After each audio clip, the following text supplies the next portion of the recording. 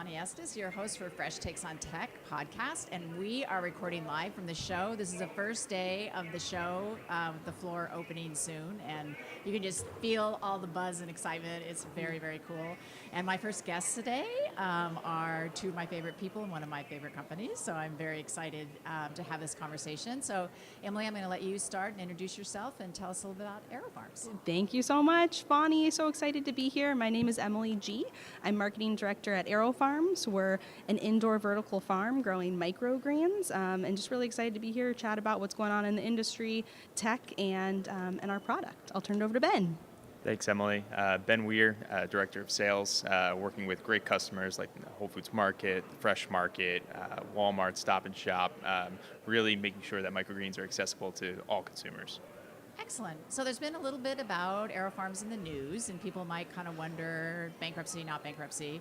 So do you want to just kind of explain to people that process and where you are, and that you're delivering product and consumers are happy and getting product and retailers are getting product and that business is going on? I just want to make sure people hear that part. Yeah, thanks. We've had a bit of a change probably since the last IFPA, and where we are right now is we are officially out of the Chapter 11 process, and what's happened now is that we're focusing solely on commercial growing. So no longer kind of the R&D bend, and all of our efforts are going towards servicing our customers, our consumers with microgreens and commercial growing. So that is right now out of Danville, Virginia. Just to give everyone a kind of a where is AeroFarms right now? We are in Danville, Virginia, growing to service our great customers and consumers. Our microgreens can be found nationwide. We are here, and all of our efforts are now focused on the commercial side. Yeah, we expect to continue to deliver the same great products, the same great service, and now with this more focused approach that Emily alluded to, really a focus on what the consumers need, and that's just consistency, time and time again. And talk a little bit about your product. Explain to people kind of what some of the offerings are and what's different about them. Yes. So microgreens are essentially a smaller version of a more mature plant. We harvest them prematurely, but they still carry the same great flavor and nutrition as the more mature varieties do. So, we have a full portfolio of different blends, whether it be a spicy mix, a super, a rainbow mix, and then single varietals, arugula, kale, names that you're familiar with. Some are a little bit more polarizing. We have a micro wasabi, which is great, brings a lot of heat. And then we have other items that are a lot more mellow and make a great base salad. Excellent. And where are they available? Nationwide yet, or? Nationwide, yeah, with great partners like Whole Foods and Amazon Fresh, and then regionally we're available in a lot of locations on the Northeast and growing every day. We're only really at this point constrained by how fast we can grow the product. Yeah, I had a panel yesterday, the CEA panel, where I talked to retailer, greenhouse, Cox Enterprise, and then Plenty. And one of the last questions, since you weren't on the panel, I'm going to ask you guys the last question. Please. So the last question that I asked them was, what are the top 3 attributes that consumers want out of your product? Oh, this is a good one. And I think that to start it off, too, I think it's such a good one. First of all, I'm so happy that IFPA and Vonnie have really led this effort for kind of bringing CEA together. When we talk about growing in the space, it really is a category that, everyone's working together when we talk about like the definitions, how this works, how to build a category. So just a big thank you to Vonnie for bringing that group together. And it is part of our industry, and when we come together to make sure that we're all saying the same things to the consumers, how are we approaching it and how are we creating the CEA category? I just wanted to first give a shout out for kind of bringing that group together, along with the great work that Abby's doing as well at Bright Farms to bring that group together too. And when we talk about what's important to the consumer, I think that's really when we talk about where AeroFarms is, that's what we wanted to hone in and focus on, and it's the consistency, it's the quality, the freshness, and the food safety, and being able to count on a product and the quality and the flavors around it. So by focusing all of our efforts on this commercial side, it allows us to really hone in on what the consumer is looking for and be able to deliver on those promises. Yeah, and I still think at the end of the day, flavor is king, so that's what brings the consumer in the door. And then I think the halo effect of what we've been able to create as a brand with our technology, with our sustainability, that's what keeps people coming back. And one of the things that we talked about in the CEA council meeting that you all are a part of was just do we need to have like some overarching title, like everyone should put CEA on their label, and everyone thinks no. Just don't get worried, because no one knows what CEA is. But just talking about that as all these different companies, these separate companies, come to market with these new products that have these attributes, is there a way to communicate to the consumer, we are in this category that have those attributes? And it's really kind of a struggle to figure out how to do that. And a lot of the companies, AeroFarms included, have amazing branding. And so do you just end up doing this on your own, because you have your own brand and you're telling your own story? But I just wondered if you had any thoughts on that, on, branding and how to go to market and how to talk about the category. Yeah, I mean, I think that there's so many things that are, we've got the differentiators per company that are great, that set everyone apart in unique ways, and then there's parts of building up the category as a whole, and it's still, just a piece of this huge pie. And so building up the category and helping to storytell the consumer is something that we feel strongly about to support category definition in general. So I think really important meetings of people coming together, like the CEA Council, to exchange ideas and make sure that we're all speaking in a bit of the same language at times is really helpful. I know we all kind of liken it to, sometimes the organics or different things that are at one point maybe were new to consumers, and how now those definitions are every day. So I'm hoping that CEA or indoor grown will be able to share those definitions across company. And it doesn't mean that everyone needs to be, using the same exact differentiators, but being able to speak in the same language and getting those similar points across sometimes, just to educate our consumers in general about what makes CEA a bit unique. Yeah, I don't think we want to compete on some of these. I think we want to work together, and that's going to build, this collective trust in us as an industry, and the consumers are going to resonate with that. They don't, there's so much going on, there's so much noise that the more consistent that we can be, the clearer the message will be. Yeah, that's true. So we had this morning at the general session, Steve Wozniak spoke to us about everything. it was a very interesting talk. But I think at the show this year, and Kathy talked about this at the SOI, just how important technology is and how important it is to our industry. So Emily, if you could talk just a little bit about how you're seeing technology, and you guys are a very high technology company and always have been.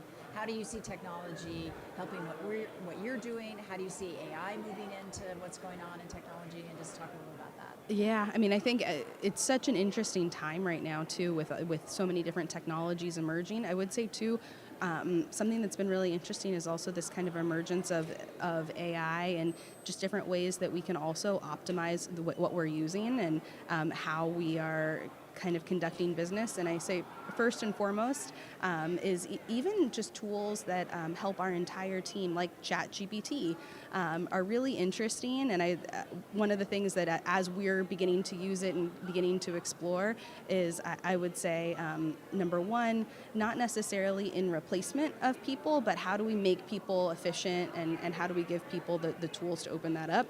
And I think number one starts with that, just a general curiosity for what's out there, and then also understanding where the data is coming from. I would say is how we're approaching it right now, is making sure that the data set and how it's being used is in a curious way, and then also in a responsible way, just to make sure that the data is being used, and that we're knowing where it's coming from as well. But I think we're just starting the tip of the iceberg of how that can impact our industry in terms of efficiency and optimizations.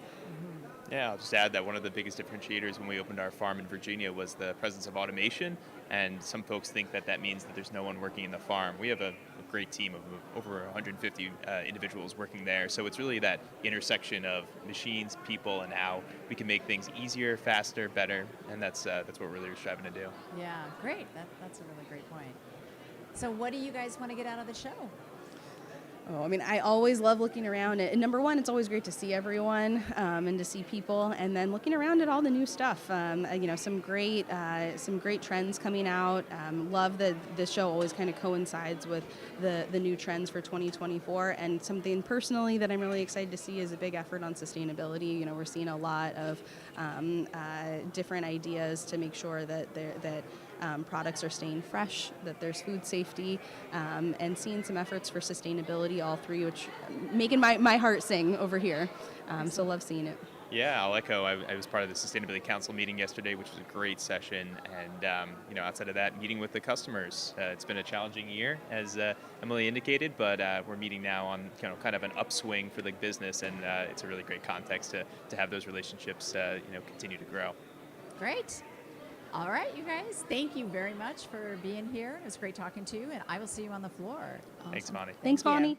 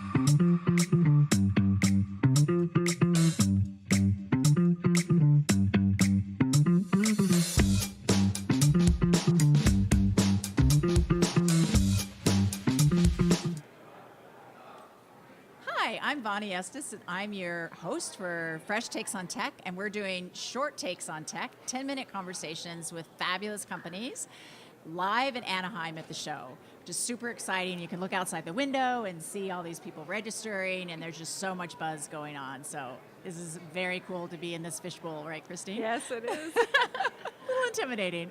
So my guest that I have now is Christine, and I'm going to have her introduce herself and her company. Hi, thanks, Vonnie. My name is Christine White, and I am the CEO and co-founder of Spornado. And we are changing the way pesticides are used. We have an early alert system for disease that farmers can use to determine if disease is in the air long before they see it on the crops. And what this is doing is it's allowing them to use their fungal pesticides more effectively and, importantly, more sustainably. Great. So what stage are you in the company? Are you still in development? Are you in sales? Where are you? So we're commercialized in a handful of crops. We got our start in potato with the devastating disease of late blight. And that's where we got our start. And since then, we have branched out to a number of different crops that we have commercial sales in, such as tomatoes, grapes. And then we're in development phase for a number of other crops.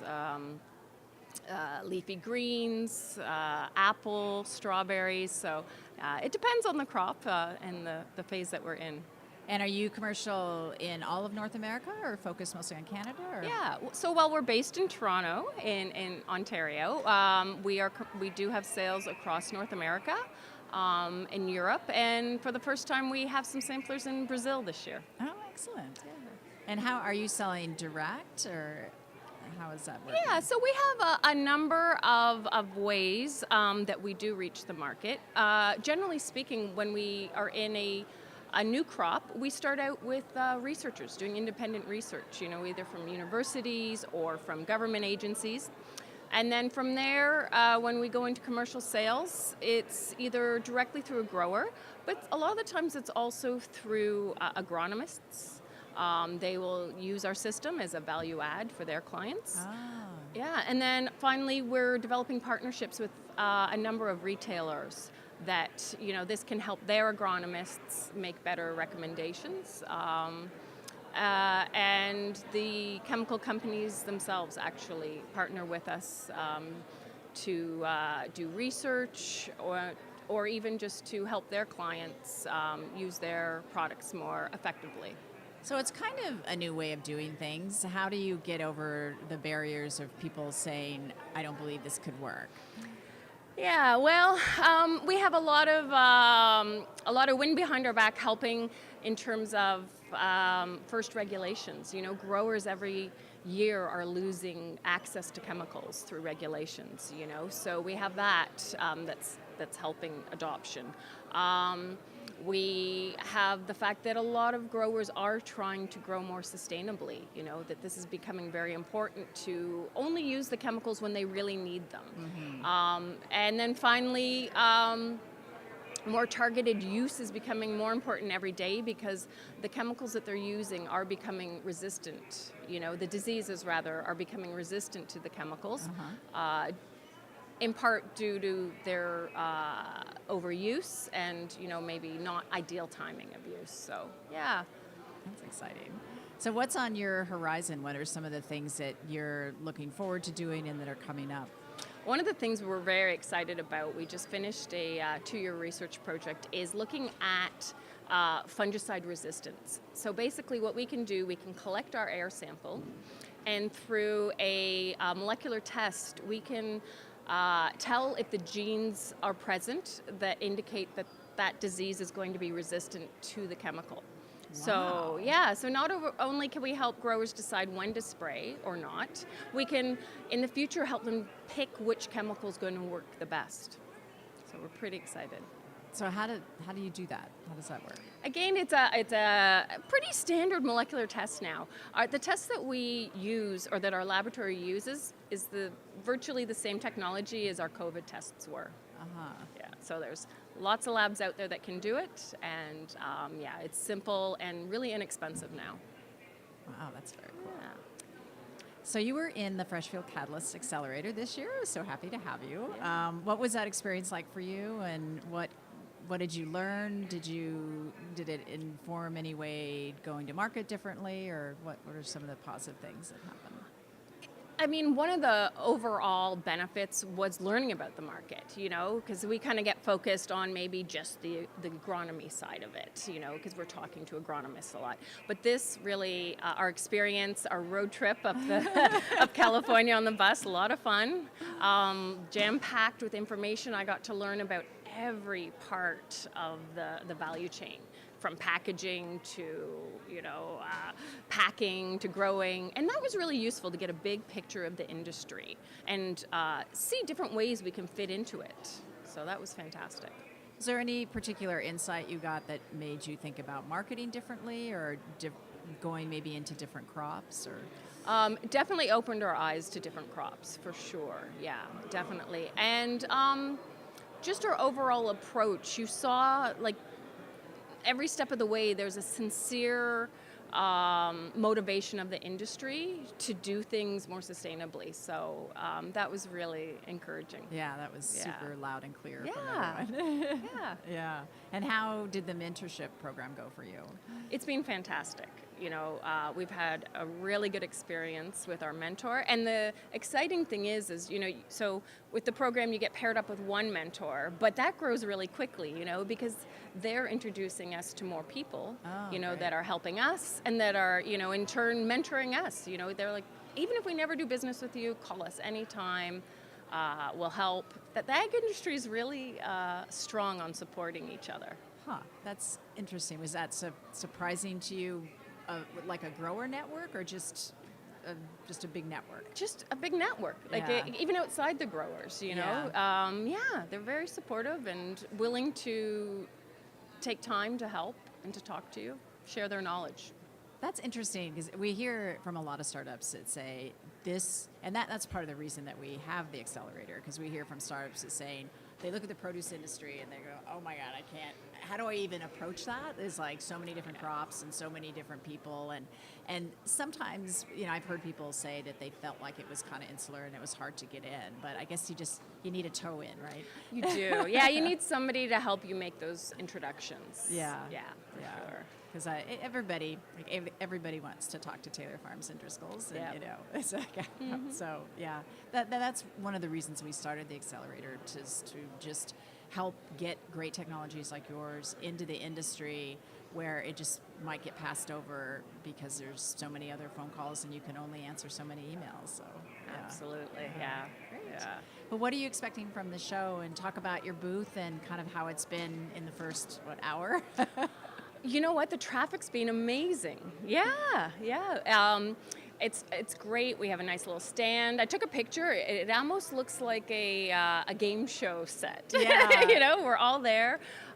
It's great. It's great meeting the other companies, because it's not just the accelerator companies that are here. You have other startups here, so it's been good to meet them. There's often synergies with us. And then, we've just had a great flow of traffic. We've made connections already that we're going to follow up on. So it's pretty exciting. That is so good first hour. exciting. Yeah. Because it's we've been trying to do a lot of things over in that area to draw traffic in, and we've got I'm doing a fireside chat this afternoon with Elliot Grant, and then we're having a celebration this afternoon, and so we're really trying to bring that community together and bring people together. So we're really excited about that group. And I haven't been over there today yet, but I went over yesterday, and I just love the setup. Yeah. We changed it a lot from last year, so it looks much better. And it's really helpful from a startup point of view, because we didn't even have to bring much, So you guys set it all up for us. You even did our signage, and that's really appreciative. Yeah, that's great. Okay, well, it was great to talk to you, and I will see you on and off the rest of the show. Thanks for so being much. here. Thanks.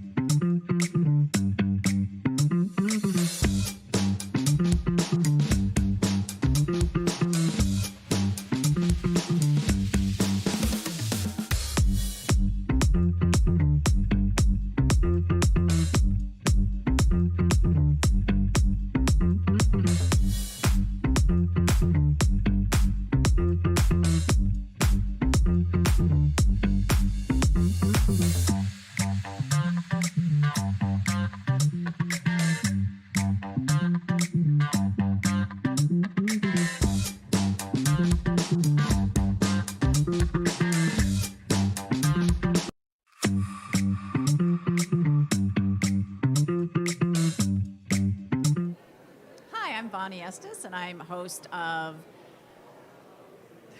What am I host of? Boy, I'm already getting tired.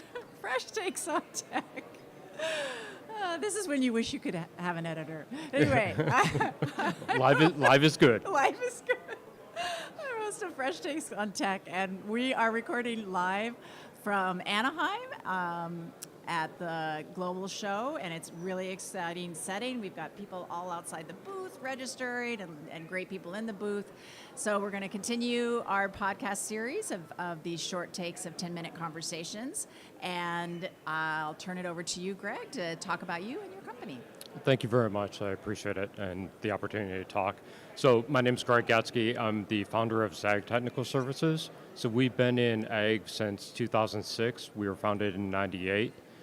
We do heavy stuff. We're best known for IT security and managed services, where we support a company's entire organization.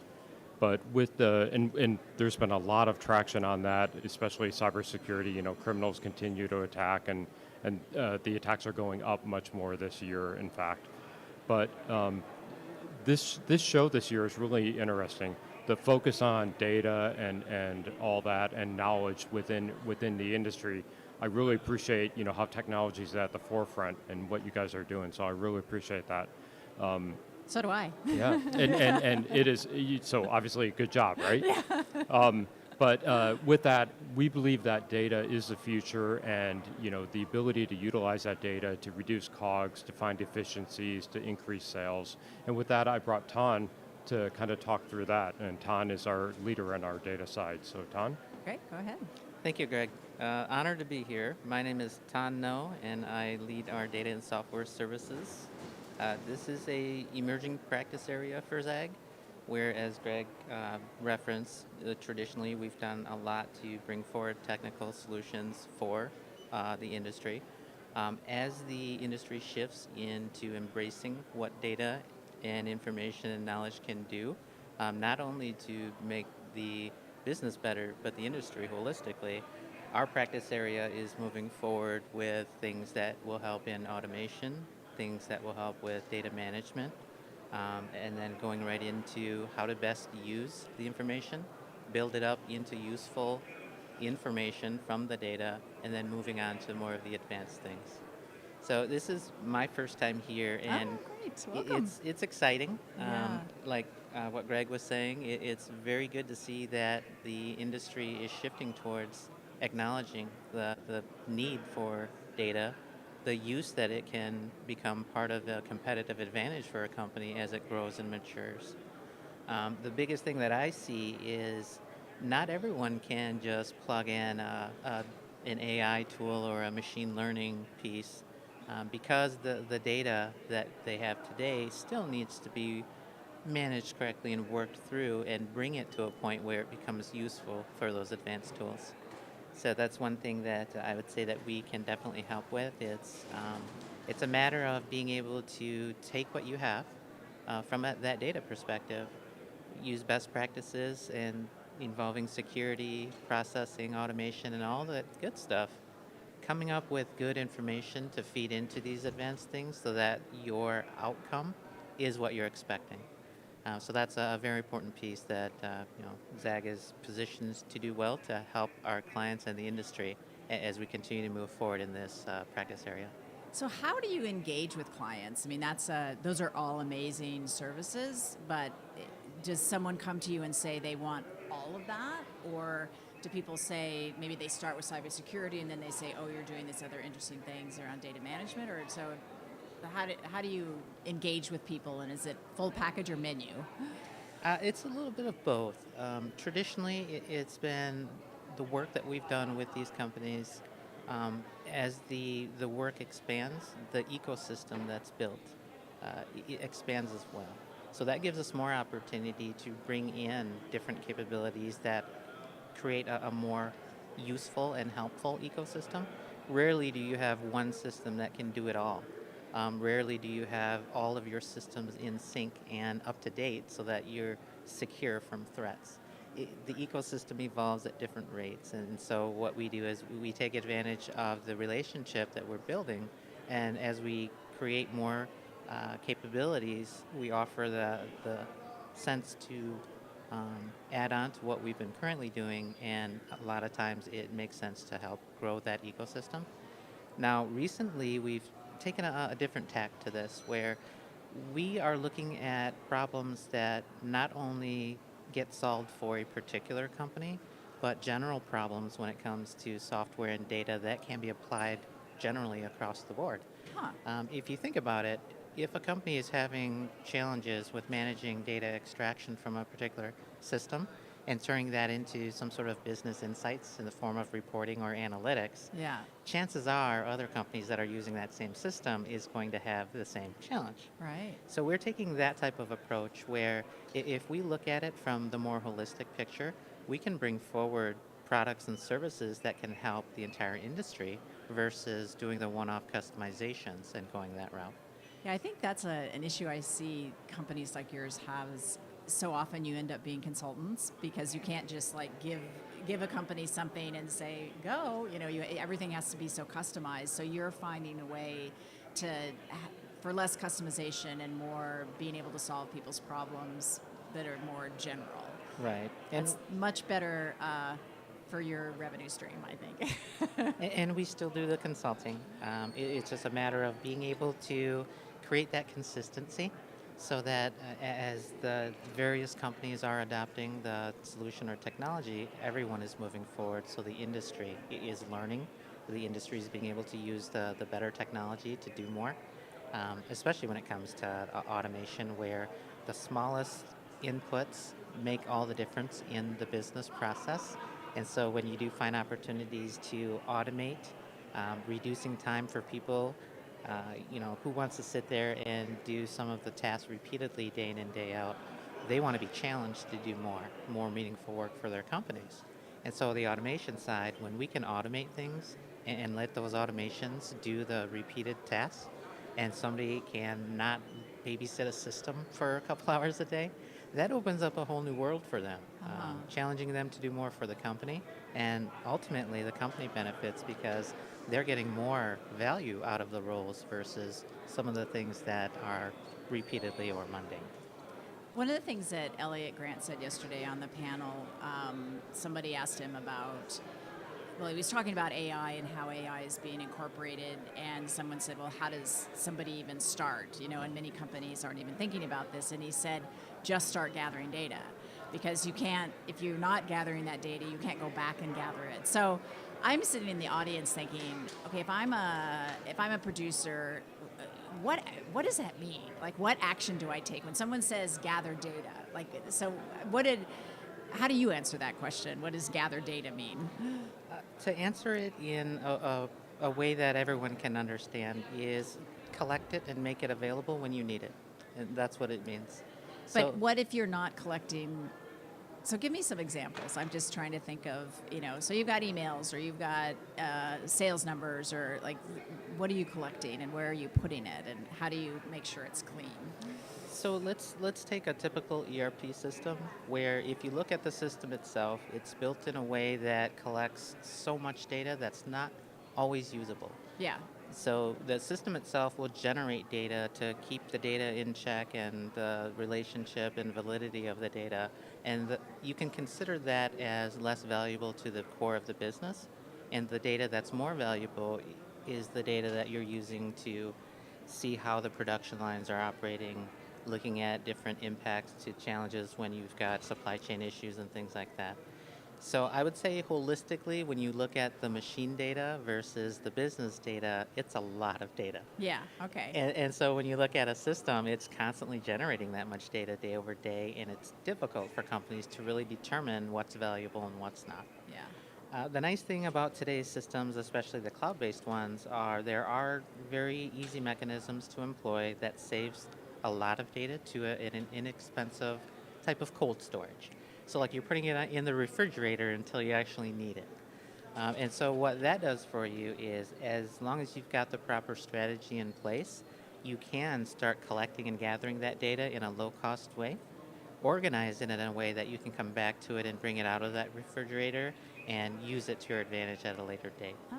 That doesn't that mean makes that you sense. want to save everything to your normal systems that process all the data, because that will get expensive. Yeah. The best approach here is to save what would be valuable in that refrigerated state. The things that are valuable and you know will impact the business today, those are the data pieces that you move forward into business intelligence, analytics, and things like that. That's the right approach in solving for what you need today, but also being ready for tomorrow when AI and machine learning. That's a great answer. That makes that very much clearer. Yeah. When And- Elliot said that, I'm like, how would one do that? Yeah. And that actually really landed with me because when he said that, I come from a history of minimized data because you pay for the storage, stuff like that. And, in fresh, it's not good after a month, right? Yeah. So that was the way he positioned that was really eye-opening, and it's, yes, collect that data because there is a future for it. Yeah. So I really appreciated that part. Yeah. So, what are you hoping for out of the show today, this and tomorrow? For me, like I said, this is my first time here. I am learning a lot about not just the offerings of the industry, but the history. Yeah. There's a lot of history that There's a lot isn't of on history. display. Yeah. And it's great to be able to absorb that. And I definitely know I can apply that to how we approach things going forward, because it's not all about the technology. It's about the people It's and not? processes, I will admit. And this is a great way to get to know the people and history, heritage of these companies. It's a tight-knit community. And for me, I just want to learn more and more about that aspect. Great. Any last words, Greg? Same for me. Also, the connections that you make and learning what people are worried about, what they see, and what they need. It's been critical for us. Great. So really appreciate it. Yeah, great. Well, thanks for being at the show. It was great talking to you. Thank you. Thank you. Thank you.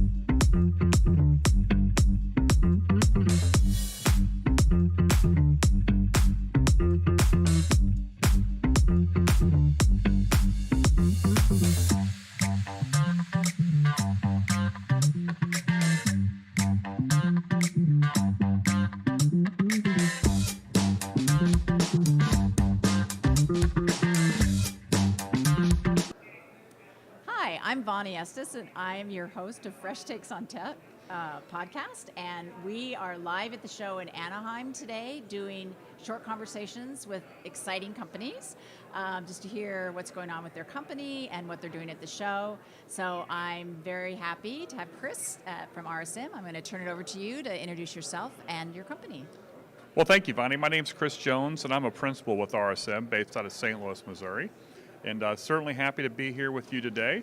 RSM, for those of you who don't know, is an organization who spends a lot of time in the food and beverage space, specifically produce space, really across all of our lines of business, both audit, tax, and consulting.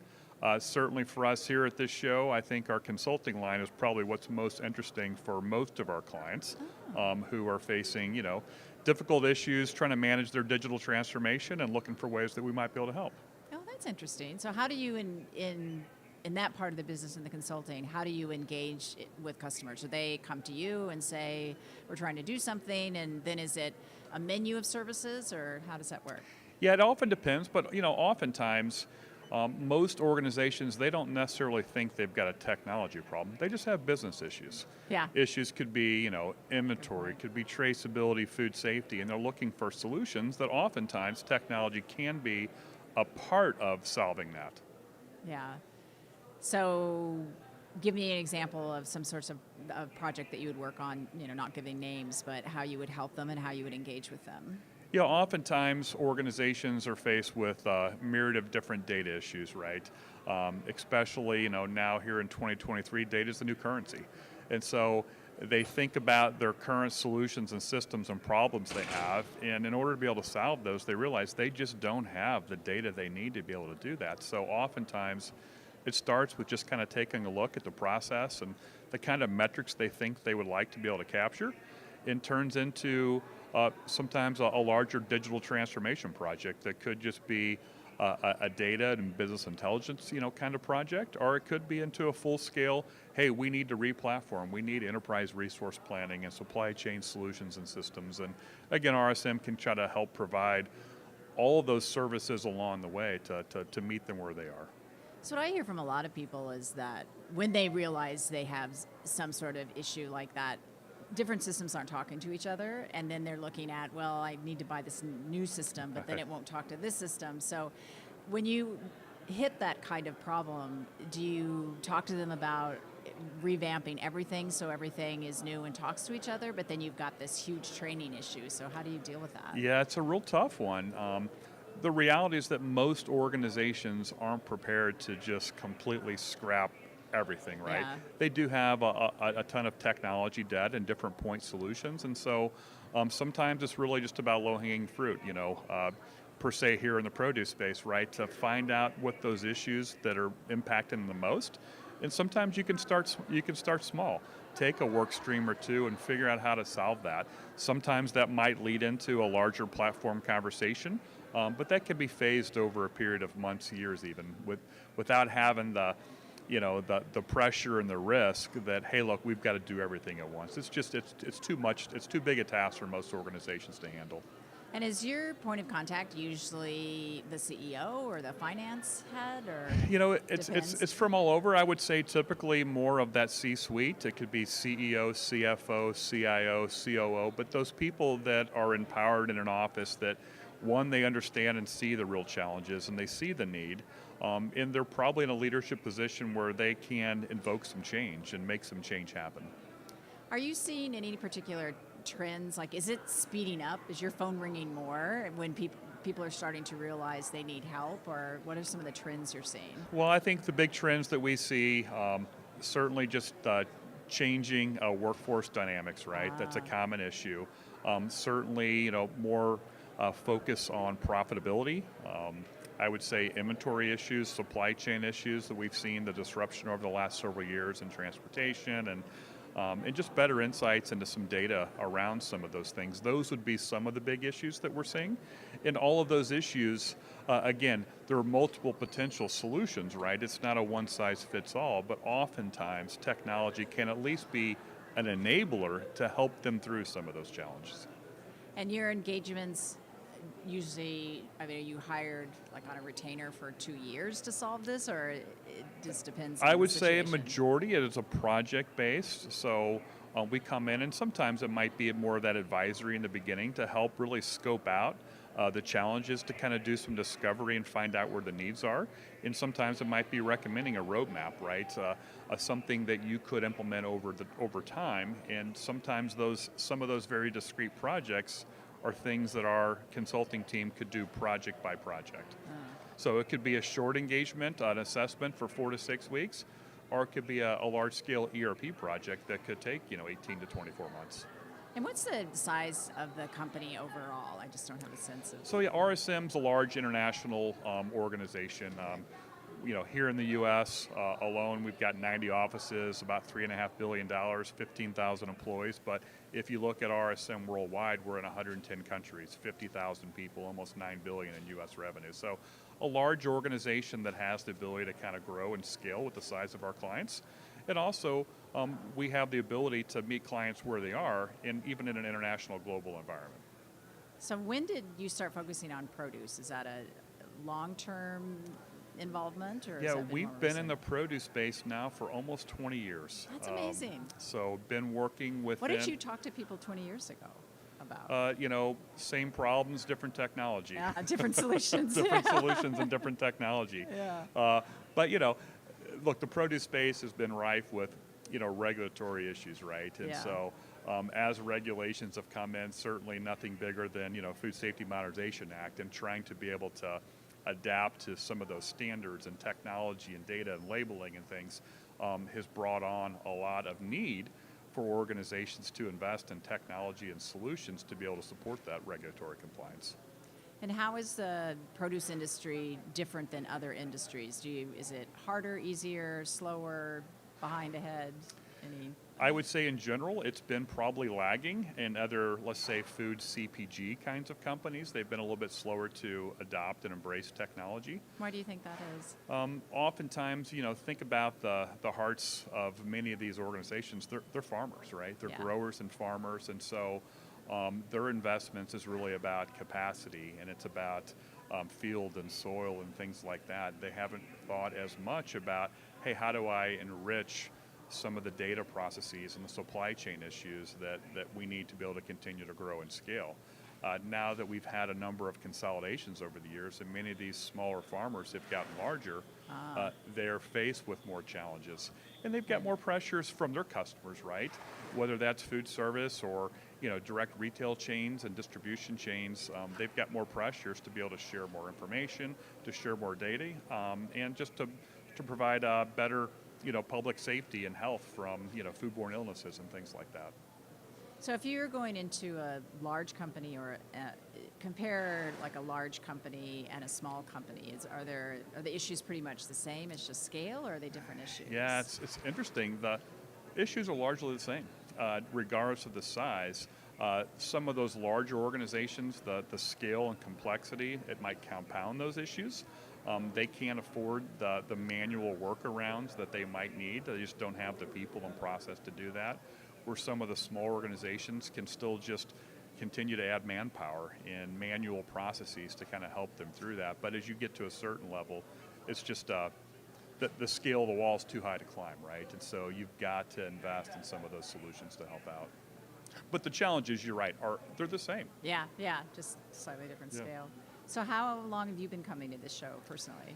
I think I've been coming to this show probably since about 2010. Yay. So I think I'm on about 13 years. That's amazing. And the show continues to grow and scale, and I like it's certainly now much more of a global show. That's our aim. I think that's been fun and exciting to see. We certainly have a lot more participants, I think, from around the globe, and that's been fun. It's been I think there's a lot of shared knowledge and camaraderie in this small industry, although it doesn't look so small at this show, but it is a relatively small industry. Everybody knows one another. Great networking, great people. I think a good community of folks that come together. What do you hope to get out of the show and out of being here? I think one, we're an innovation company, right? So we love to see the other innovation that exists within this space, and to see what companies are doing and how can RSM be an enabler of some of those innovations, right? So we learn from one another, we learn from our clients, we learn from our competitors, we learn from other partners who are providing solutions to the space. And at the end, we want to be first choice advisors to our clients and then make sure that we can bring the best solutions that the market can bear.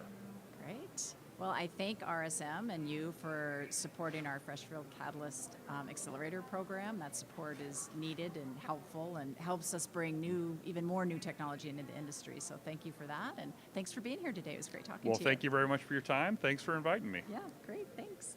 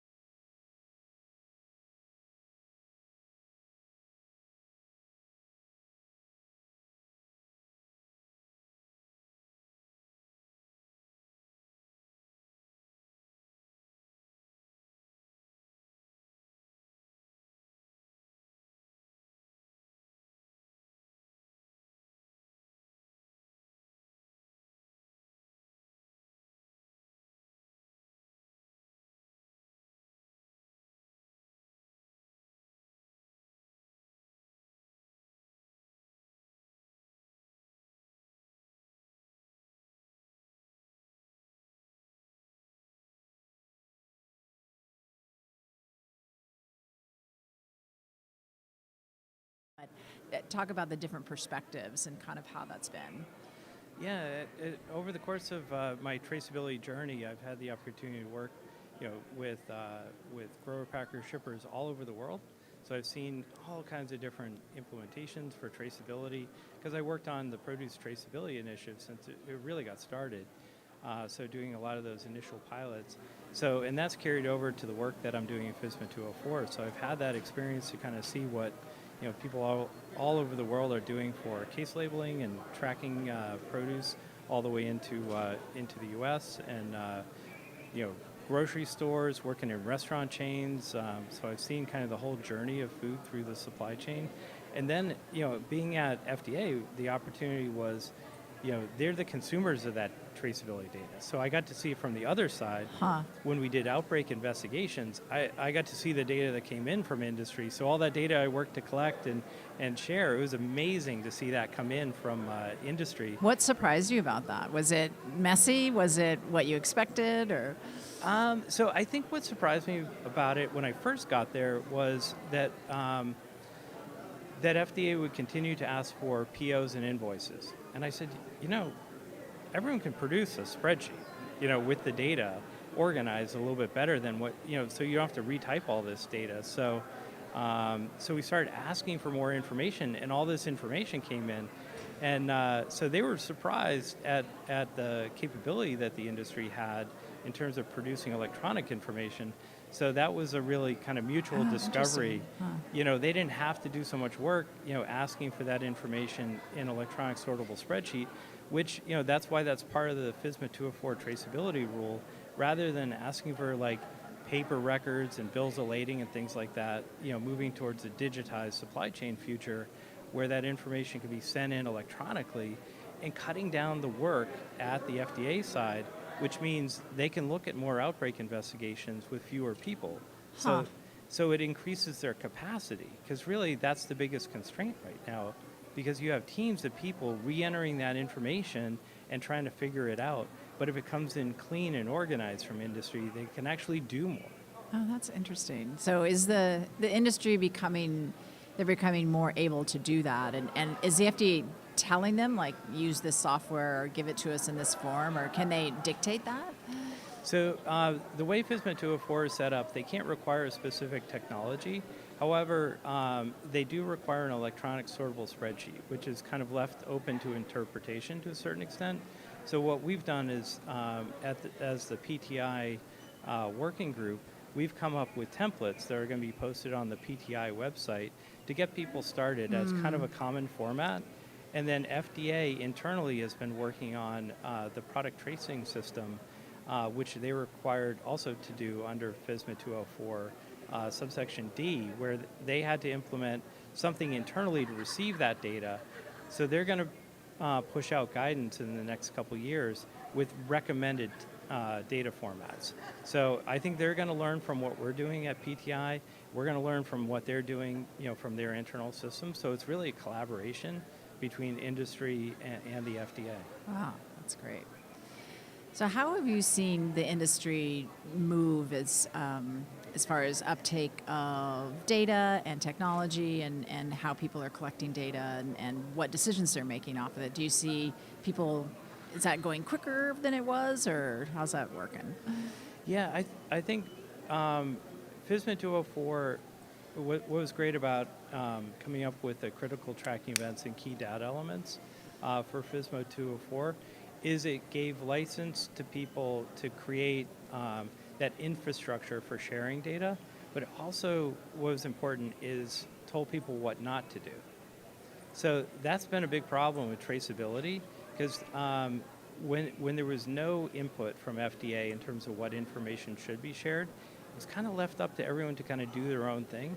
So in some cases, people did way more than they needed to. And it was a huge headache. It was a huge headache. So by having like a defined list that everyone has the same information, what it's done is created more competition among the solution providers, because now it's all the same information. It's got to be interconnected. So it's got to be interoperable and compatible. But that means solutions can't differentiate based on which key data elements they have. Now it's, do they provide the best service?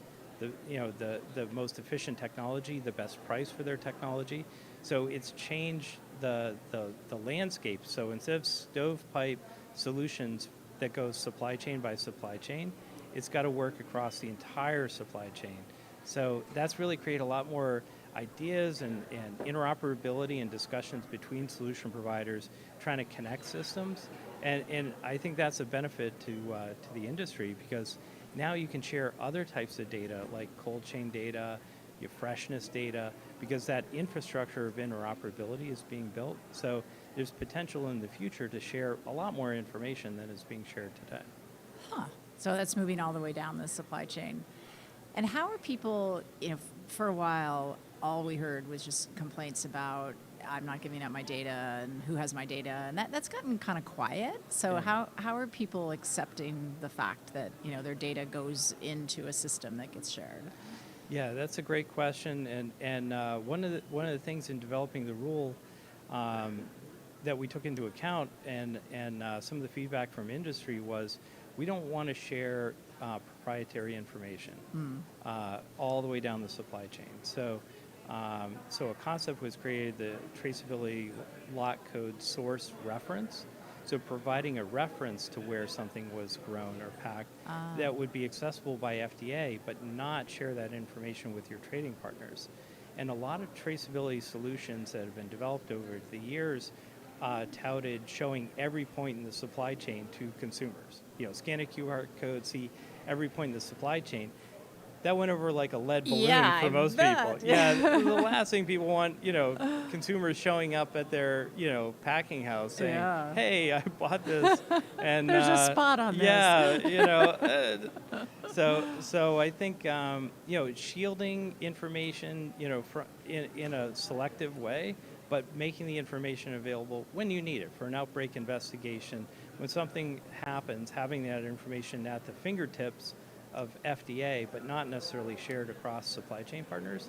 That was kind of how we modified the rule to make sure that we respected data privacy and we didn't have oversharing across the supply chain. These systems that are getting set up and just digitizing, the industry in this way, when you look out a couple of years, 5 years, what other benefits can you see outside of FSMA, which is important, but Right. what other benefits can you see to the industry for this digitization? Yeah, so I fortunately or unfortunately, I happened to be at FDA during COVID.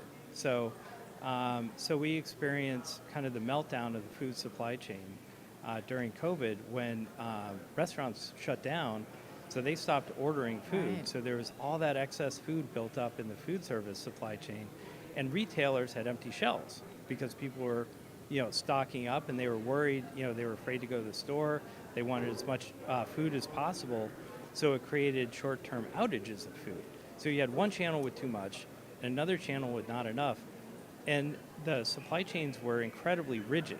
So it was hard to switch suppliers. It was hard to ship products from one commodity group, for food service, like, for example, onions. Yeah, I was going to say all those onions. Those giant onions they make Yeah. food service. Yeah, that they slice for hamburgers. Yeah. And consumers are like, what am I going to do with an onion this big, Yeah.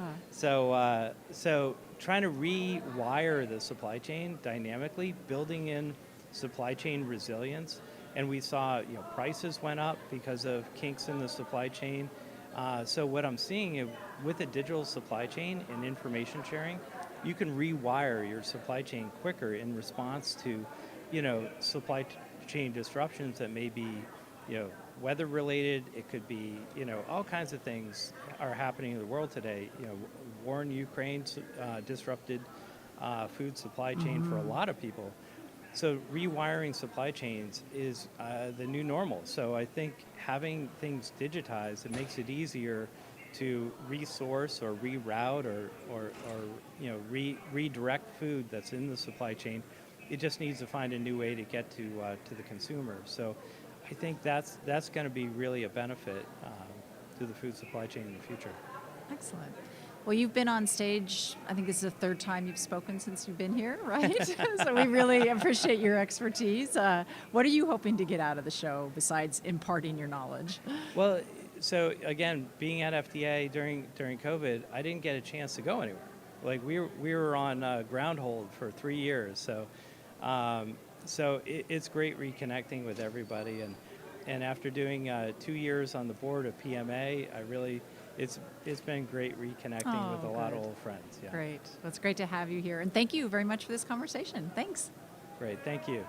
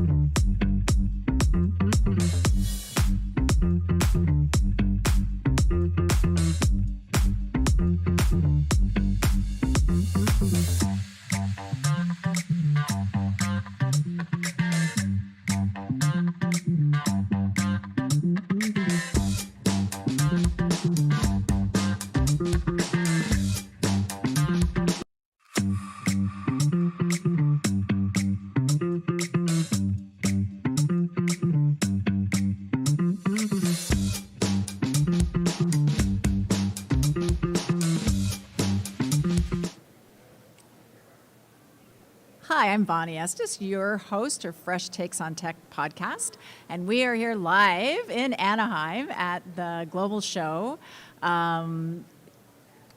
taping live and having great conversations with companies and people and just kind of hearing about what's going on at the show and who's here. And it's a great opportunity just to highlight companies and hear the new innovation. So welcome, Jim. Great to have you. I'm going to turn it over to you and let you describe your company and yourself. Great. Well, Vonnie, thank you for having us. This is an amazing show, and we're very excited to be here. I'm Jim Ethington. I'm the CEO of Arable. Just a little bit about Arable. We are a IoT-powered crop intelligence company, and so what does that mean? We provide solutions to growers and to agribusinesses to help them to be more efficient in how they make decisions on the farm about irrigation, crop protection, how and when to harvest, things like that. We do that by putting out sensors to get really good data in an easy way, feeding that into a system of decision tools that makes it really easy in the palm of your hand to see what's happening with the crop in your field, understand how to optimize those decisions, and also get an overall view of an operation that may span many counties or even countries, and to therefore be able to optimize and reduce risk, be more efficient, be more sustainable is a big part of what a lot of our customers are trying to do. Save water, use less inputs, and ultimately to be more productive. And so this is a really fun show for us to be at. We see some of our customers have people coming up to say hi to us at our booth, and we're excited to be here. Excellent. So you are commercial now. You're selling into the industry now. We are, and we definitely have some customers who are here. We work in some of up and down California in some of the fresh produce areas, as well as around the world. We do some work in wine grapes as well, and in corn and soybeans. So, but this is a big part of our business and our market, and so it's a great show for us to be at. Oh, excellent. So you started in row crops, right? Isn't that where you started?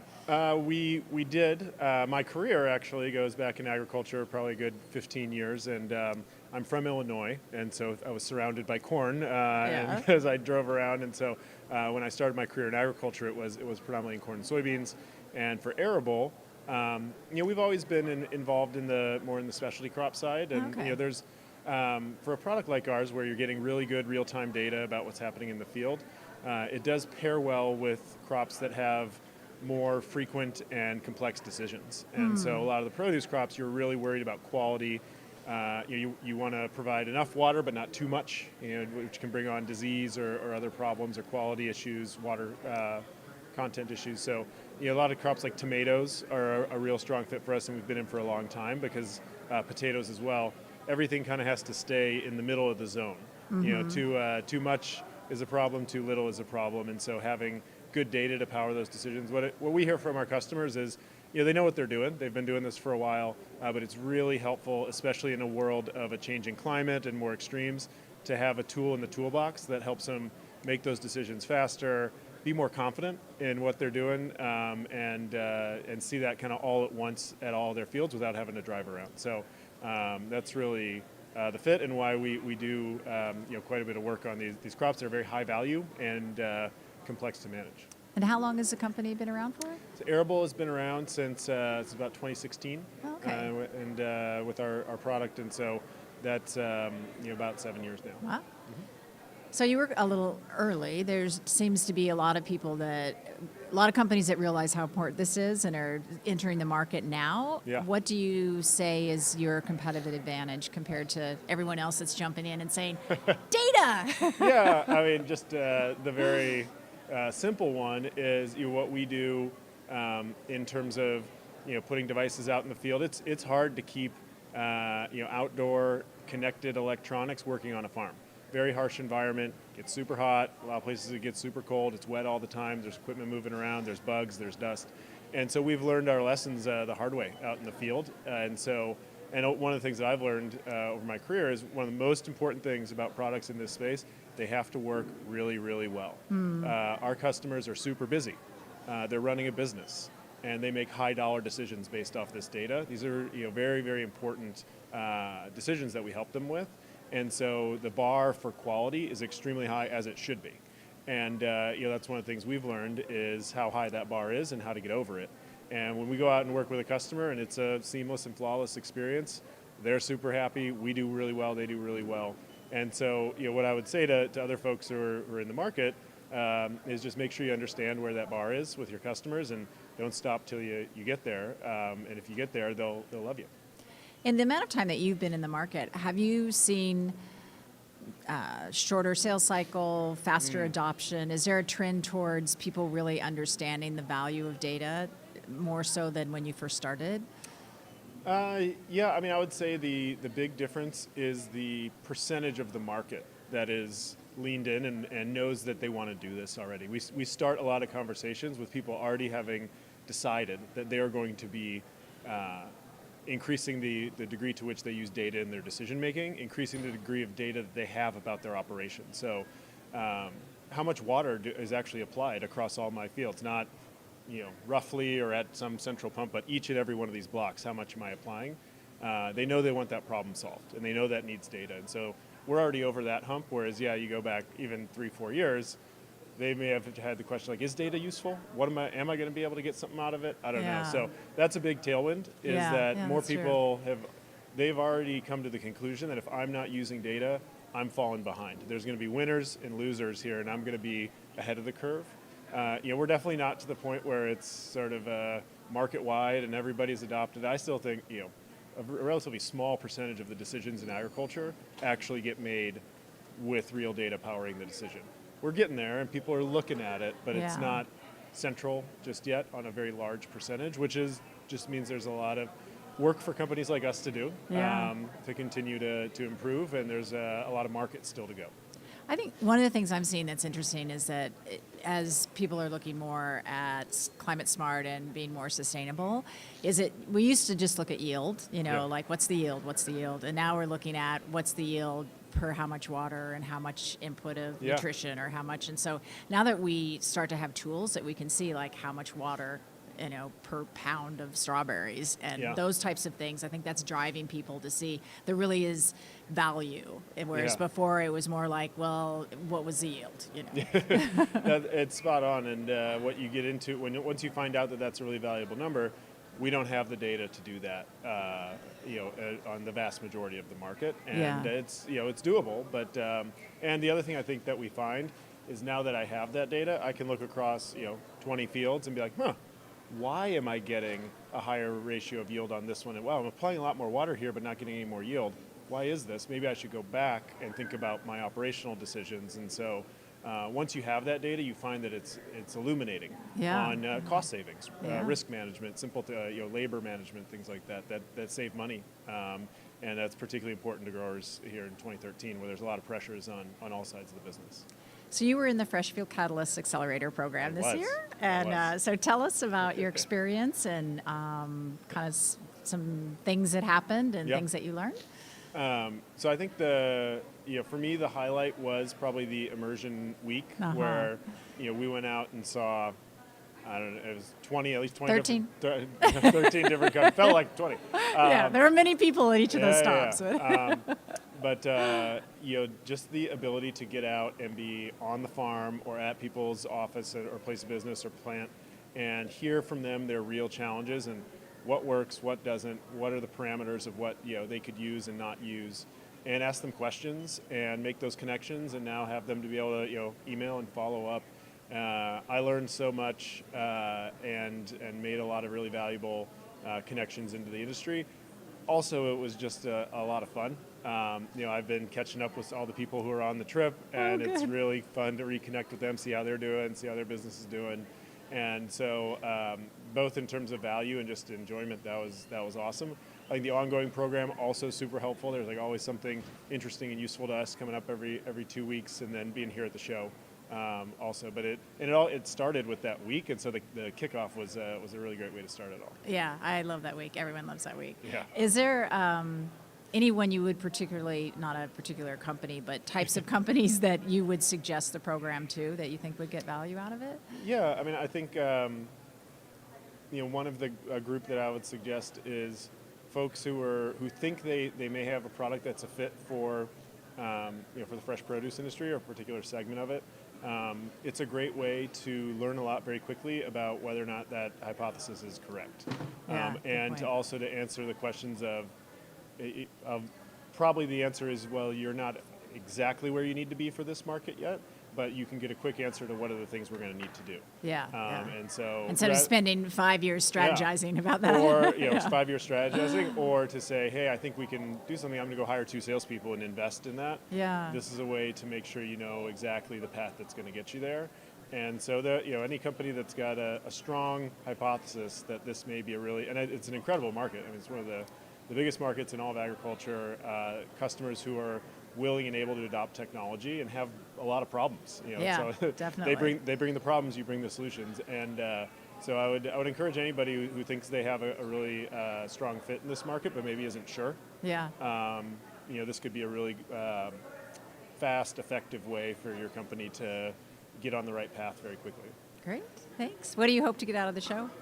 Oh, I mean, I think number one probably is learning. I've been talking to a ton of people, both some of the other startup companies here, also a lot of the food and produce companies who are here. So it's a great chance to learn, make connections, and also I think it's just a fascinating way to take in the full breadth of this industry. A lot of shows we go to are pretty focused on our segment of ag tech talking to ag tech technology and things like that, and even sort of on-farm technology, which is kind of where we live. But to see everything that goes into the food and agriculture world all in one place, it's mind-blowing, and it's also helps put everything that we do in context and remind ourselves that this is one of the most important industries on Earth. That's big and complex, has many different components to it, and the more you understand that, the better you're able to fit into it in the right way. Yeah, great. Well, thanks. Yeah. Thanks. Well, it's great to talk to you, and thanks for being here. Yeah, thank you again for having us in the program and at the show. This has been really, really fascinating and fantastic. Great. All right. Thanks, Jim. Thanks, Vonnie.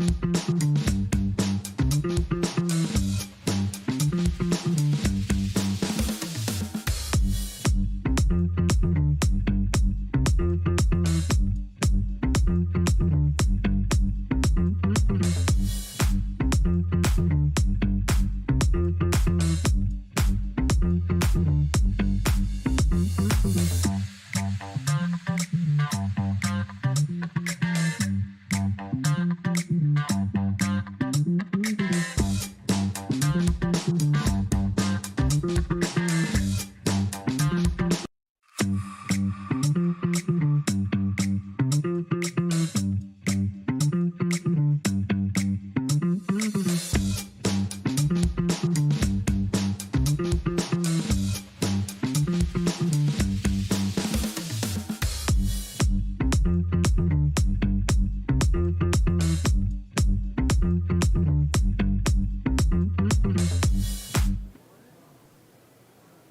I'm Vonnie Estes, your host for Fresh Takes on Tech, and we are here in Anaheim, live from the show.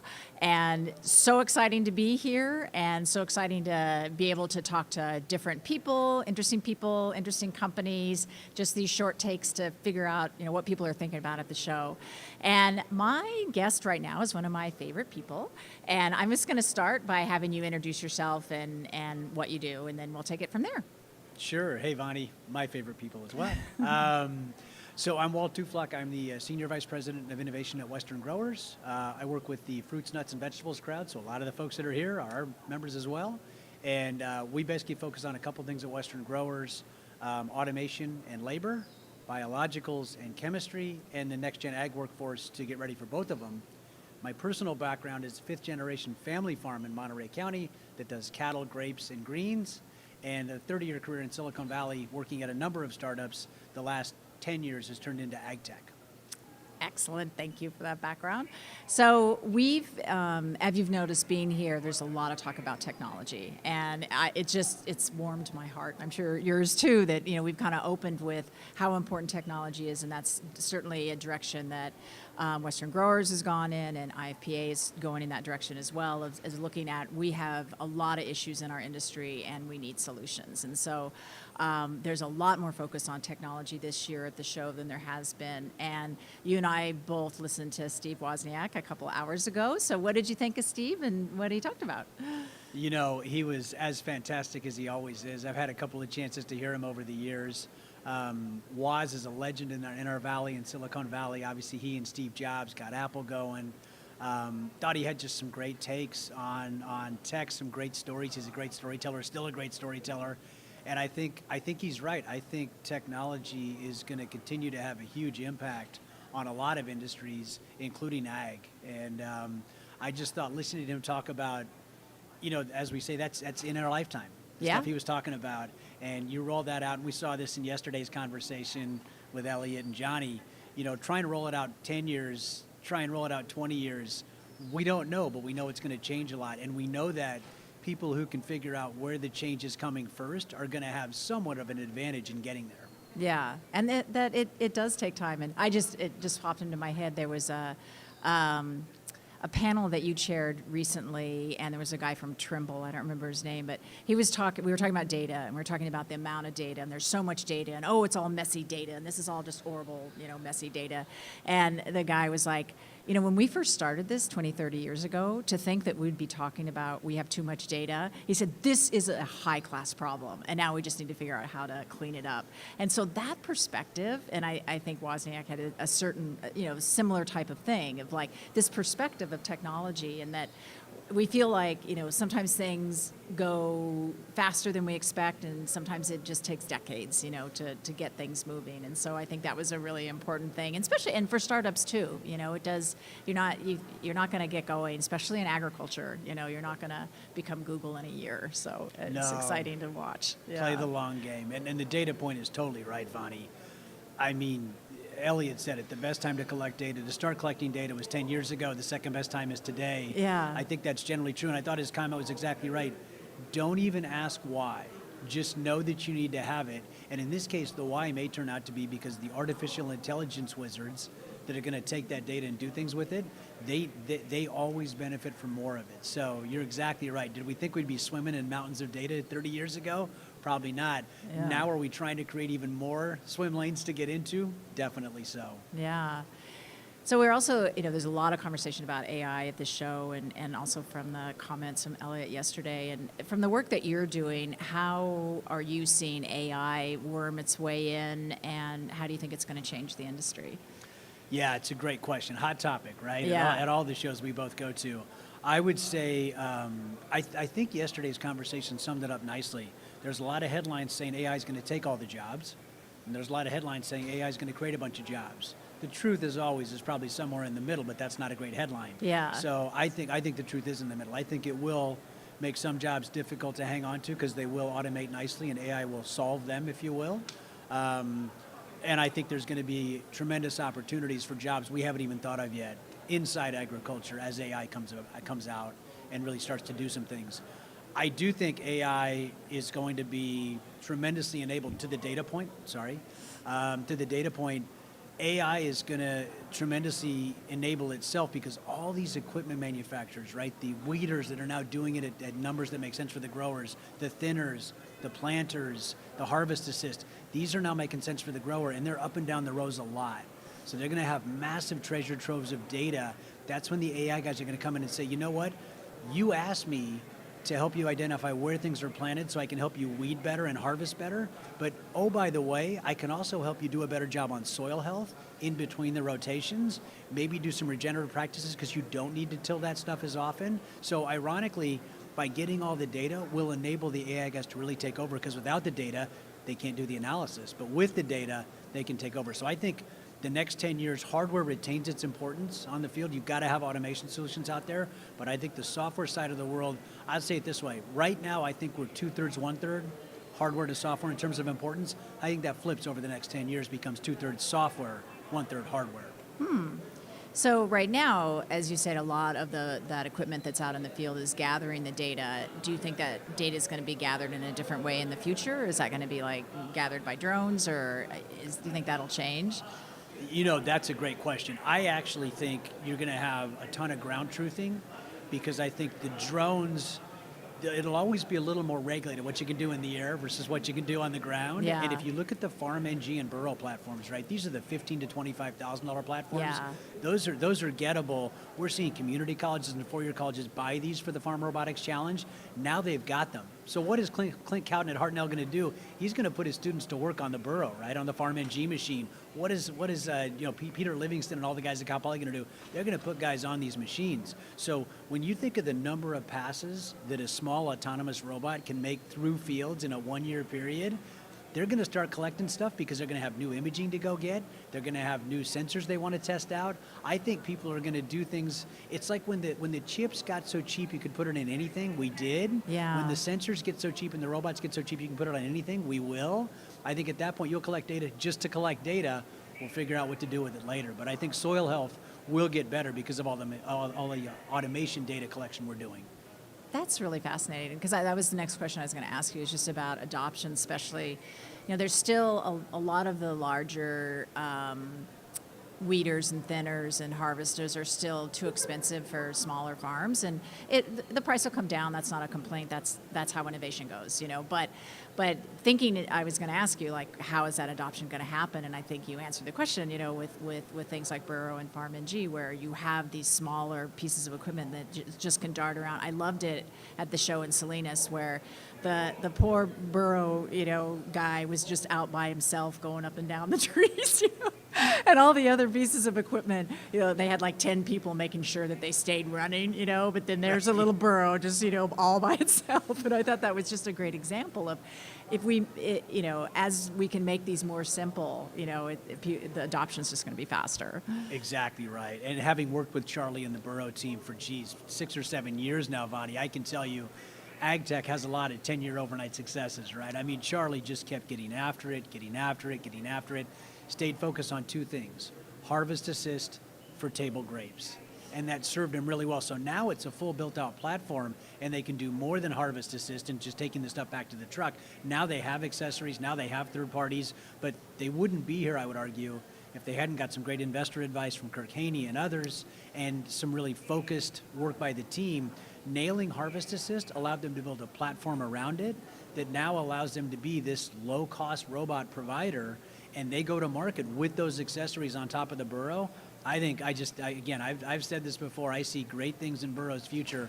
They're at a price point that's right, they're solving problems that matter, and they're solving unit economics that work for the grower. And to the go-to-market point, yes, the Burrow's in that 15 to 25K window, and they have Pacific Ag Rentals as one of the dealers now moving them on a rental basis.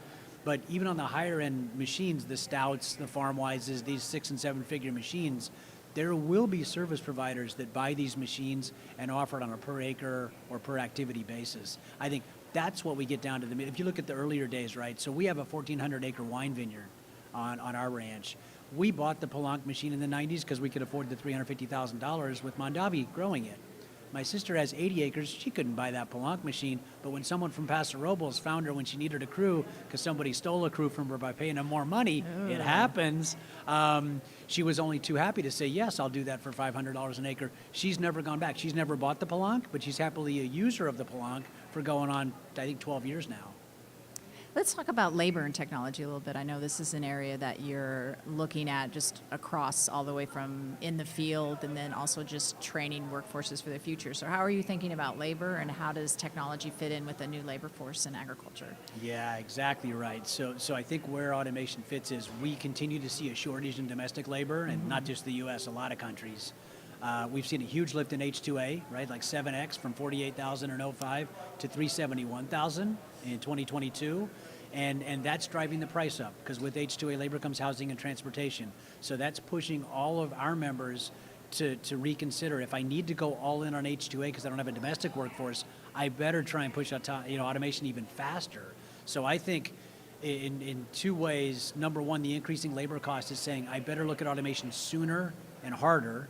And then number two, oh, you know what? I better get a skilled workforce to learn how to run all those automation solutions because this is not your dad's farm worker job. It's not your granddad's farm worker job. This is a new farm worker job.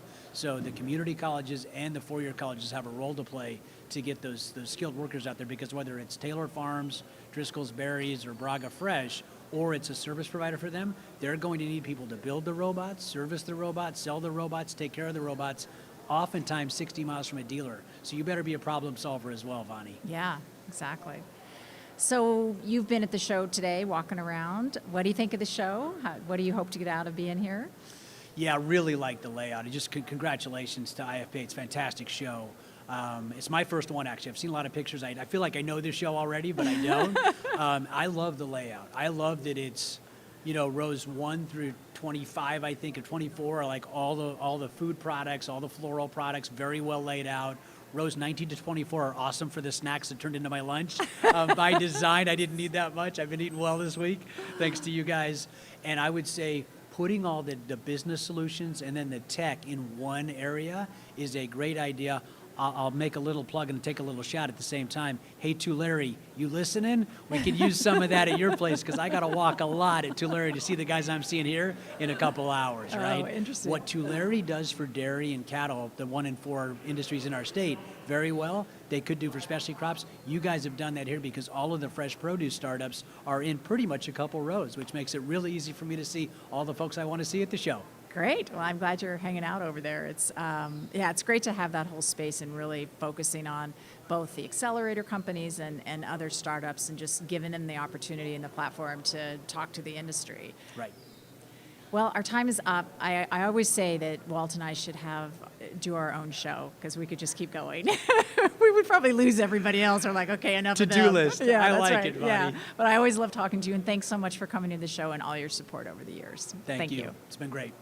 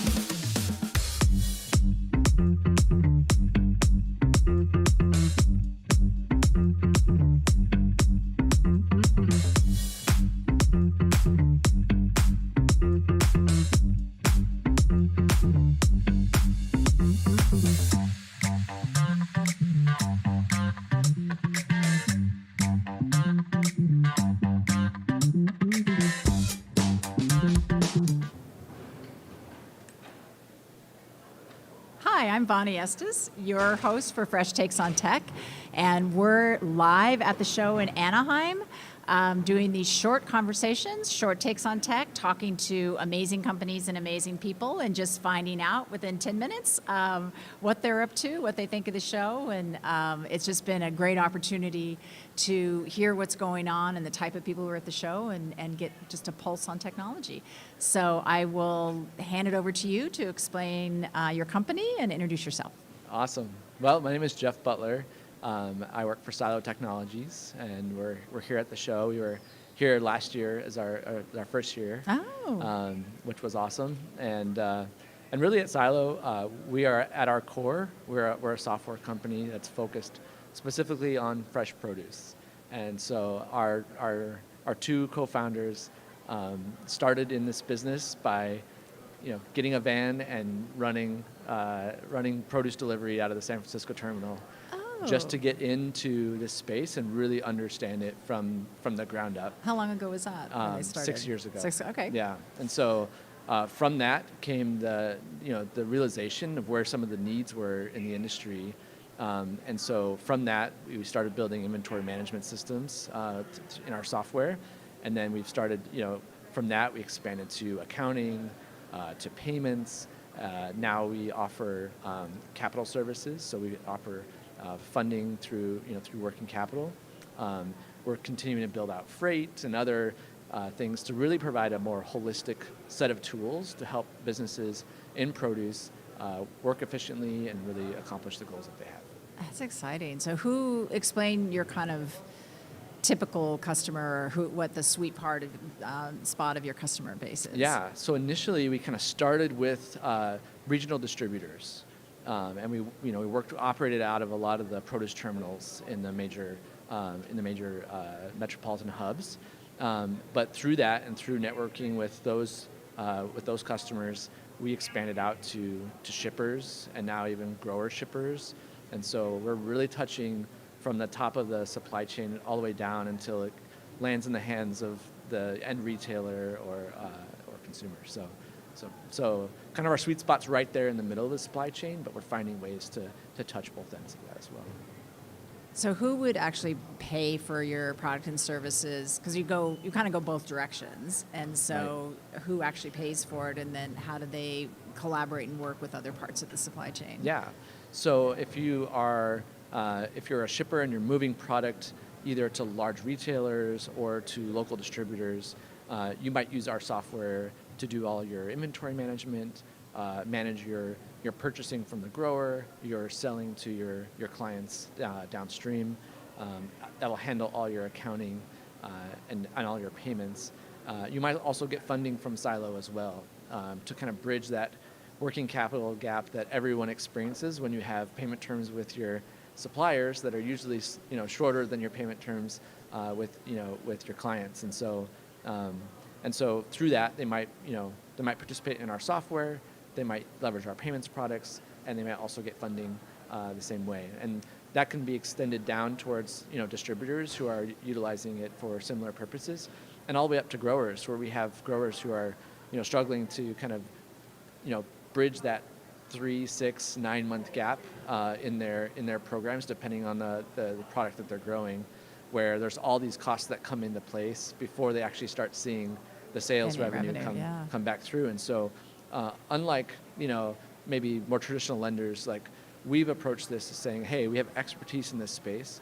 Let's actually build from our customers backwards. And if we end up with something that looks similar to what's already available in industry, fine. And if not, even better, right? Because at least we know it's really made a purpose built for the intended use of that capital. And so we have a cash advance program that provides incremental working capital to help people finance new vendor or supplier relationships, getting into different products.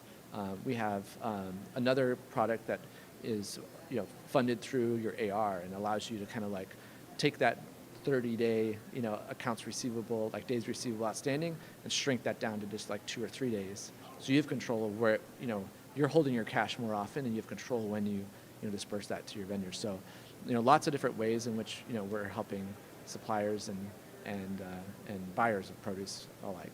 That's fascinating. I'm not as aware of this area, so that's very cool. Do you think the company will end up being more of a funding company and less of a software company, or where do you see yourself going? Or are you just seeing like what works for customers? Yeah, I think starting in software and then eventually kind of adding on these additional services has really opened our eyes to how some of these fundamental things like access to real-time data, being involved in the funds flow, really positions us well to provide additional services. So right now we're investing in bringing a freight offering to market where you don't have to spend all your time in our software but then go out and go somewhere else to schedule your freight. Like you can do that in our service, right? And so I think over time we should expect us to see opportunities to just expand across the board. And so the financial services, the fintech part of our business will just be one of many different facets. But we're purposefully building this in a way that allows people to come in and just participate where there's a need. There's no need to do everything unless you want to. And so each of our kind of product lines or business lines can be done on a standalone basis. But once we do find that once you start using one service, you see, and this would be so great to just bolt on to that. Yeah, and it fit. Yeah, exactly. Yeah, it's connected. Exactly. So how do you do sales? Yeah, so we have a sales force that's distributed across the United States, really primarily in some of these larger produce shipping and receiving hubs, and so we're networking. We're at places like IFPA, and we're also finding that the interactions we have with our own customers yield a lot of new leads for us and new opportunities to engage with others, because people find that as they work with Silo, it's advantageous for them to have their vendors and their clients also work with Silo because of how cohesive everything ends up working for them. And so network referrals and stuff work really well for us as well. We haven't yet really done a lot of like strictly digital or like web-based marketing and sales activity, just because we understand that the industry is really so tightly knit from a relationship standpoint, and that those relationships are really what drive growth and interaction in the industry. And so we truly believe we want to meet our customers, our users, where they are. And if where they are is making phone calls and doing site visits and talking to people face to face, because that's how they interact with their customers, and that's exactly what we're going to do. So. And did you take outside funding, or were you able to grow organically, or? Yeah, we are a venture-backed company. We're based in San Francisco, but like our customers, we're distributed all over the United States as well. And so most of us work remote, and then have opportunities to travel and meet our customers where they are. How many people have you total now? We're a little over 80. Wow, good size, yeah. Yeah, and continue to grow. Yeah. So what do you expect to get out of the show? Yeah, having been to the show once before last year, knowing just how massive it is and how exciting and sometimes like overwhelming it can be, coming here with just a blank slate in terms of preconceived notions about like what has to get done and things like that, and really kind of opening. For me, it's an opportunity to open channels of communication that are really hard to get otherwise. And so, planting a bunch of seeds, saying, "Hey, we're going to be at the show." We have some of our best customers that said, "I wasn't going to come, but I wanted to come to talk with you and to meet with you." Well, thanks for that. And so it's great for us because even just seeing from a year ago, right, where most of our action was like very much outward, like, "Hey, come see our booth, come talk to us." Whereas this year, it's like we're having a lot of people come by or, text us and say, "Hey, are you at the show? Like, I want to come see you guys." And so for us, like, you really can't replace the face-to-face interaction and like the touch and feel of seeing people's products, seeing their hard work, especially being, largely remote in our way of business. Like, these are irreplaceable opportunities for us. So absolutely love it. Well, it's really exciting. I really love hearing a new kind of business, and I love the way that you've approached it. And you had mentioned before we started talking that you worked at Amazon before. So what drew you to this? I bet you left Amazon going, "Oh, I want to work in produce." Like, did that happen? That did not happen, actually. Funny enough, but no. So, and that's actually an interesting part of my experience at Amazon. I worked in cloud computing. I worked in e-commerce, marketplace style businesses, fintech. I worked in Prime Video, so digital video streaming. Like, these are completely different industries, right?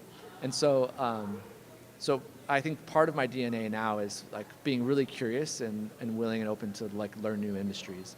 And so when I started talking to Ashton, one of our founders, this was like 6 months before I even joined Silo. All the necessary ingredients to do something really special were in place, and it was just something I couldn't get out of my mind. It was like, this doesn't make a lot of sense for me right now, but we should keep talking. Yeah. And so at that point, I'd been at Amazon for 10 years and had taken just a ton of awesome learnings from that experience, but was really ready to kind of like, turn a page and take the best of what I had gained and kind of, implant that into a young organization that could help form.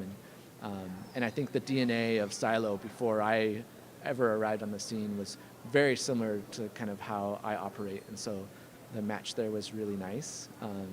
And since then, like, we've been able to grow and do things that I'm frankly surprised we've been able to do as fast as we have. So it's been really great.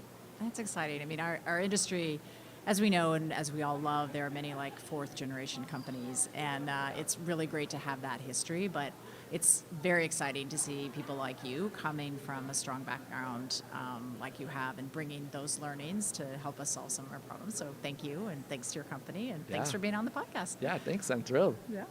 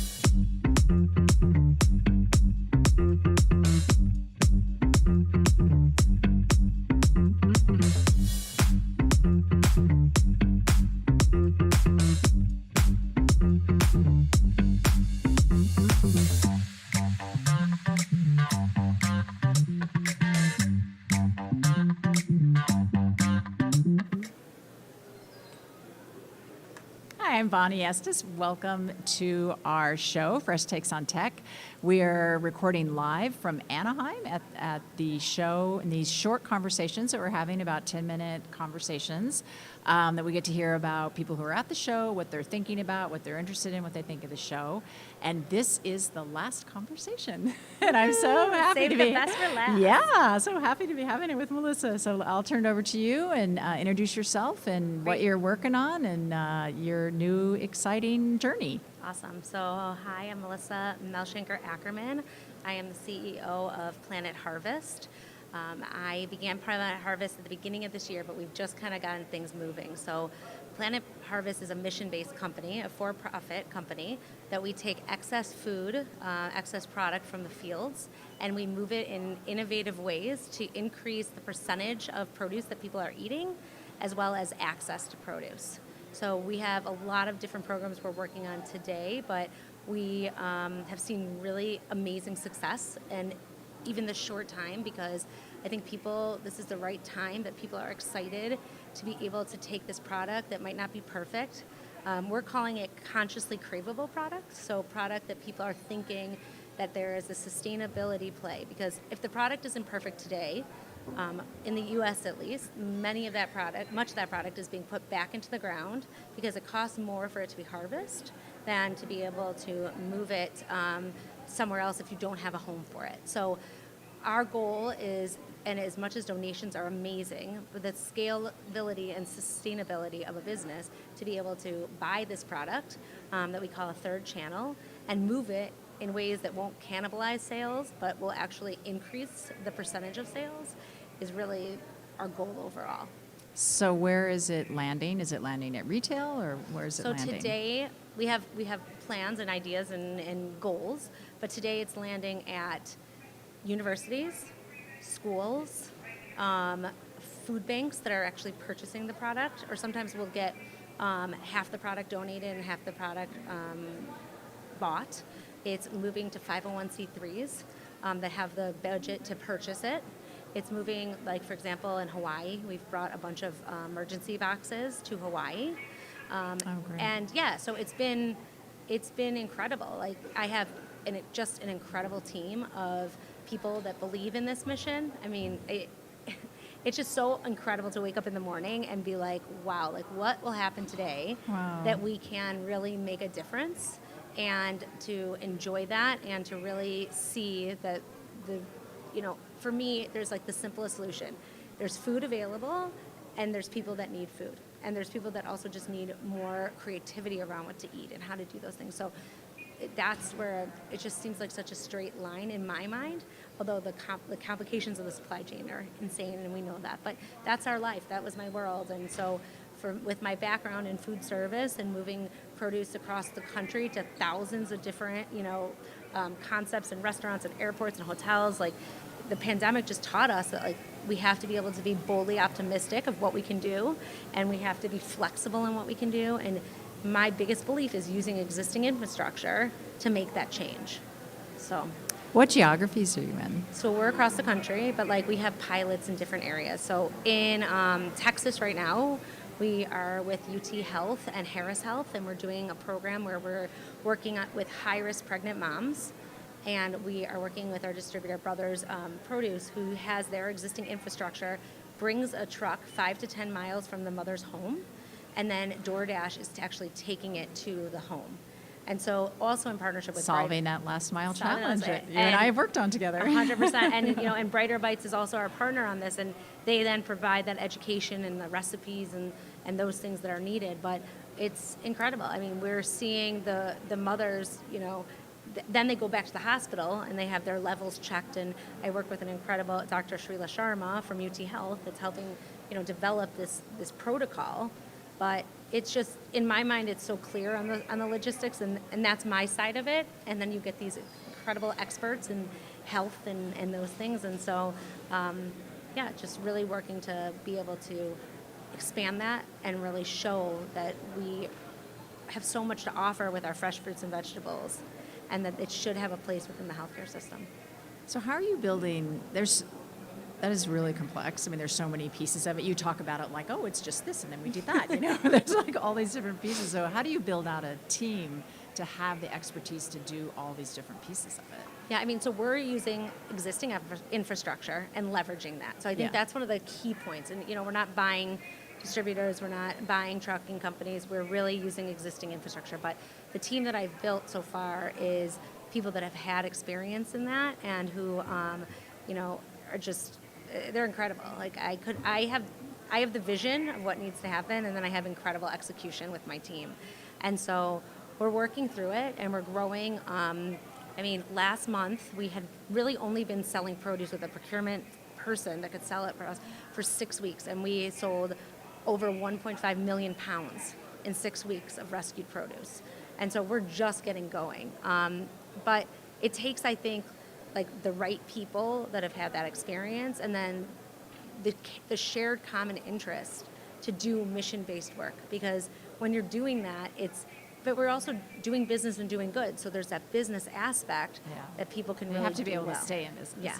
So it's just, I think that's the best part right now is this fun atmosphere. And I hope we get bigger and we can do things across the world in general. But when you walk the show floor and people are coming up to you and saying, I saw, what you're doing. How can we get involved? What can we do? It makes my team excited too, that there's just this really bright future. And there's so much space for so many people to be part of this. It's not just us. Like, we just like to bring silos together. But I think food loss and food waste, it's the right time for us to really focus on that, as well as the other things we're doing in sustainability. So you just started this recently, right? Yeah.